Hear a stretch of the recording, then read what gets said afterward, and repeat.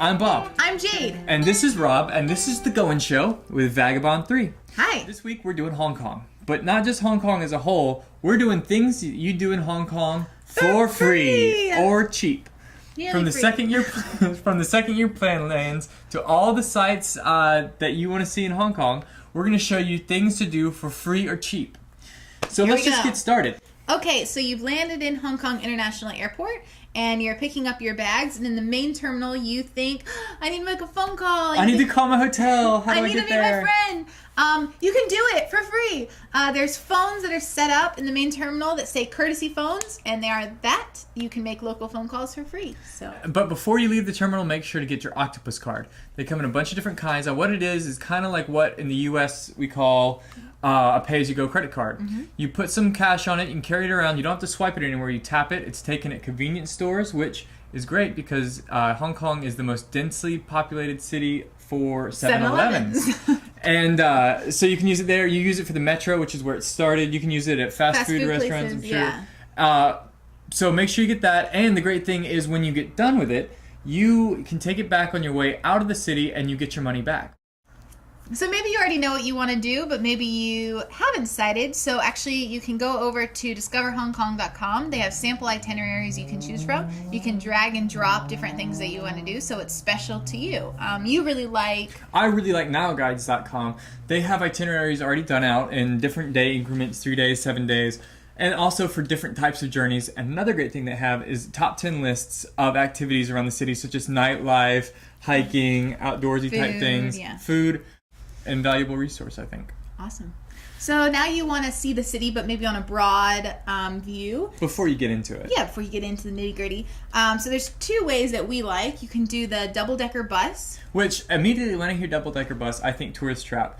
But the double-decker buses aren't for tourists, they're for locals. So we'd suggest, what we found on blogs, was to go up to the second tier and ride that around the city for a bit, just to get a view from above the million people that are going to be surrounding you on the street. Yeah. And then the other way is using the Star Ferry, which is like a bus, but it's a boat.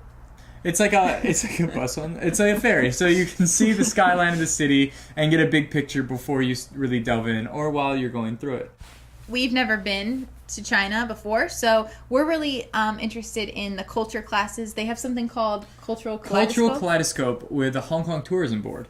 And you can take all kinds of classes, Tai Chi classes, cooking classes. Learn about the antiques, how to go shopping in the markets, about jade, different jewelry. One of the things I'm most excited about, though, is to take a ride on a junk. It's a traditional Chinese boat. It's the wing boats you see in period movies. And it's literally for pocket change. Now, you've seen all that. You're probably hungry. Yes, and you probably want to try the dim sum. Everyone talks about it. There's a really great reference guide on dim sum on discoverhongkong.com. It actually shows you pictures and tells you what's inside each of them so that you'll know what you're ordering when you're there. Now, everyone's going to get some dim sum, but another great place to try is the kitchen stalls. Which are basically street food, street stands.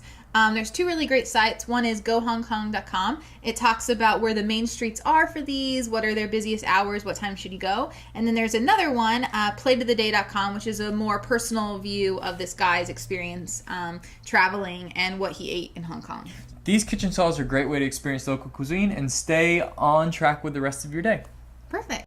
And maybe some of the rest of your day includes seeing one of these really unique things. There's a bunch of museums that you can see on Wednesdays for free. Also, if you aren't there on Wednesday, you can get a museum pass that gives you access to all of them for about $4. It's really inexpensive. There's also the longest covered escalator in the world in Hong Kong. It is a long escalator. Woo! Everything we read says just that it's a really long escalator. But if you're there, you might as well do it. It's free, and there are bars all along the way. So if it's just an escalator ride, you might as well start drinking. Drink up.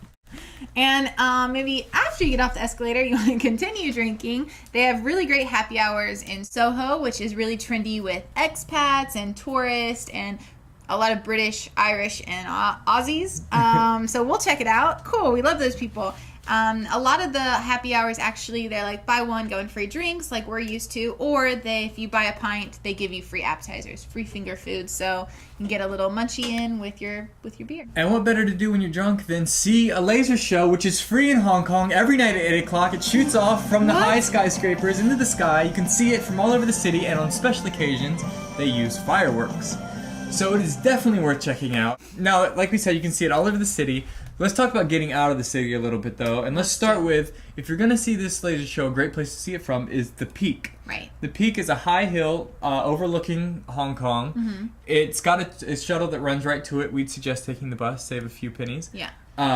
And see some of the countryside. Yeah, it gives you panoramic views. At night, you'll have the best view in the city to see the light show. If you're planning to get there about 45 minutes before sunset, so you can see the sunset. It's really pretty. Yeah. Here. There you go. Continuing to go outside of the city. Yeah, you might want to go do some hiking or see some beaches. There's a couple really great sites that I love. One, pattyandba.blogspot. He talks about different hikes and different adventures that he's done outside of the city. He gives like a personal account of his experiences. And there's also annatam.com. She gives her perspective of the hike, how to get to them, what you'll need. Or there's also the Hong Kong Zoological and Botanical Garden site, which is free to get into, and it goes into detail of what types of plants and animals are there. Also, if you're going to get out of the city, you might as well go see the Big Buddha. It's one of the big cultural sites of Hong Kong. Yeah. And it's free. And it's free. So take that. It's just a short trip out of the city. Now, if you want to go inside to the actual temple, you're going to have to bring an offering, which you can buy. Make sure you buy it, though, or you can't get in. Now, before we go, we're going to tell you a few sites to check out about Hong Kong that we think will just help round out your trip. Of course, you can't mention anything without the two big dogs. Lonely Planet and Fromers both have great sites on Hong Kong, what to do for free or cheap, or just what to experience, what are must-do things. So make sure you check those out. But Time Out Hong Kong is another great site that lists different movies, theater, music, what's going on right then. It also has a list on their website of 45 things you must do in Hong Kong. It tells you some free things to do, some museums to see, that kind of stuff. So check them out. So there you go. Go see Hong Kong for free. Go see them, and we will see you next week here at Goin Show.